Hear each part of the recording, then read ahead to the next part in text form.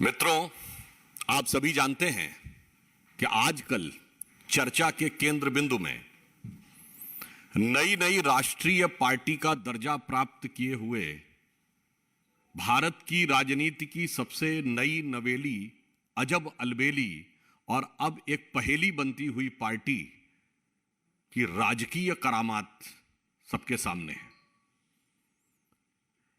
यह वो पार्टी है जो ये दावा करती थी कि उसने सत्ता में आने का रास्ता सबसे जल्दी तय किया। अपनी स्थापना के चंद महीनों में या चंद हफ्तों में ही उन्हें राज करने का मौका मिल गया।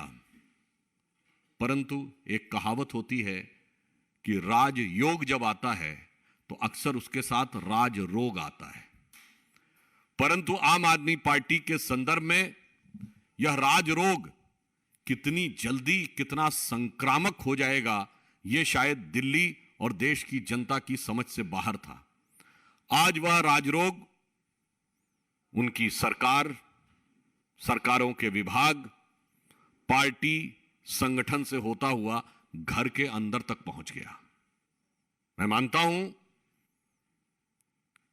कि नई राजनीति के स्वघोषित अग्रदूत केजरीवाल जी, जो आज भारत की राजनीति के सबसे बड़े सवाल हैं, वो एक मामले में बधाई के पात्र हैं कि इतने कम कालखंड में उन्होंने वो स्तर प्राप्त कर लिया कि कभी हम लोग भिन्न भिन्न भ्रष्टाचार के आरोप की पार्टियों के नेताओं के बड़े बड़े घरों के बारे में सुनते थे, उत्तर से लेकर दक्षिण तक, और जिन नेताओं के बारे में वो कस्में खाते थे राजनीति में आने से पहले, आज ऐसा लगता है कि अब वो रफ्ता रफ्ता वो मेरी हस्ती का साया हो गए।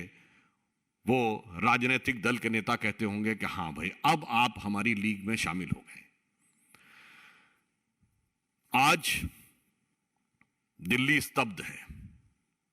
मैं सिर्फ 2-3 तकनीकी बिंदुओं की तरफ भी आपका ध्यान आकृष्ट करना चाहूंगा।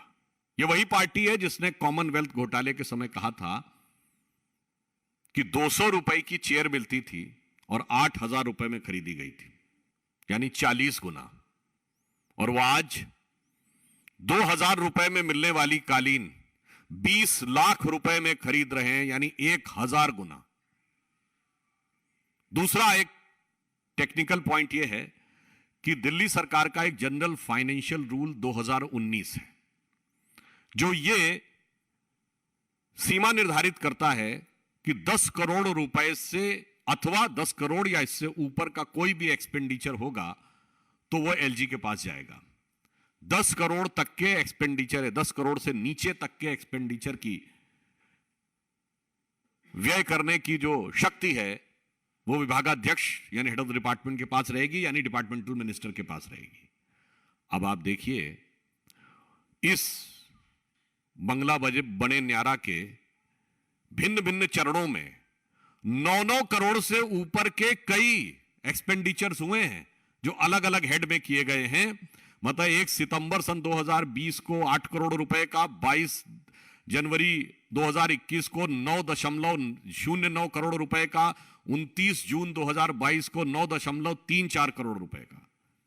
यहां तक तो फिर भी कारीगरी समझ में आती है, मगर साहब इसमें एक एक्सपेंडिचर है for chief minister's camp office as residence. वो जानते हैं कितने का है? 9 करोड़ 99 लाख रुपए का। अब हम ये सवाल पूछना चाहते हैं कि 9 करोड़ 99 लाख रुपए के इतने सटीक कैलकुलेशन की क्षमता आपको कहां से हासिल हुई कि सीधे बिल्कुल उसी बॉर्डर लाइन पर रहे जहां आपको शायद टेंडर की भी जरूरत ना पड़े और अपने मन मुताबिक कर सके।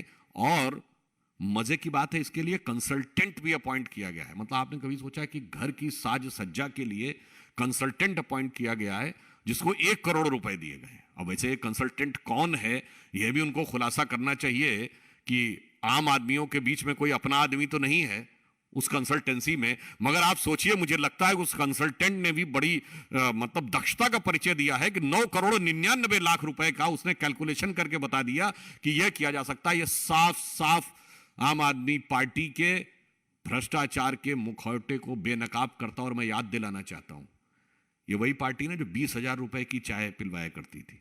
वो जानते हैं वो भी 20,000 रुपए क्यों था?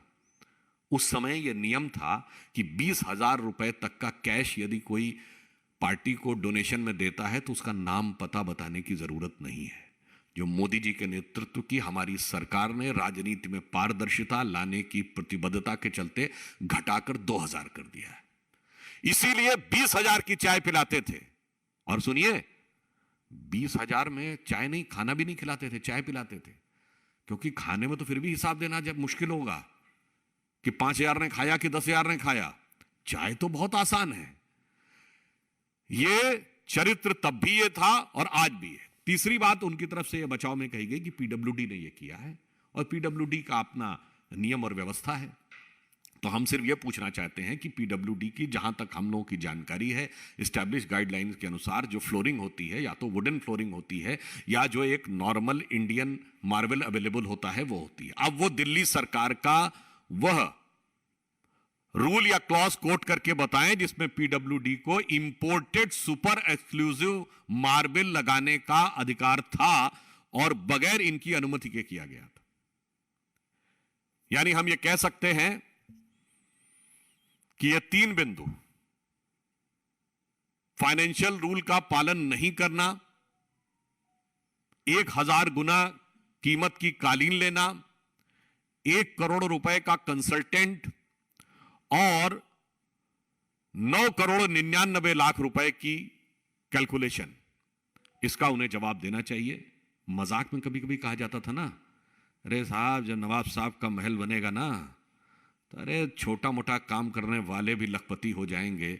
आज तो लगता है कि अगर 1 करोड़ का पर्दा है, करोड़ों की टाइल्स है, तो टाइल्स लगाने वाले भी करोड़पति हो गए, पर्दे वाले भी करोड़पति हो गए, पंखे भी लाखों के लग गए।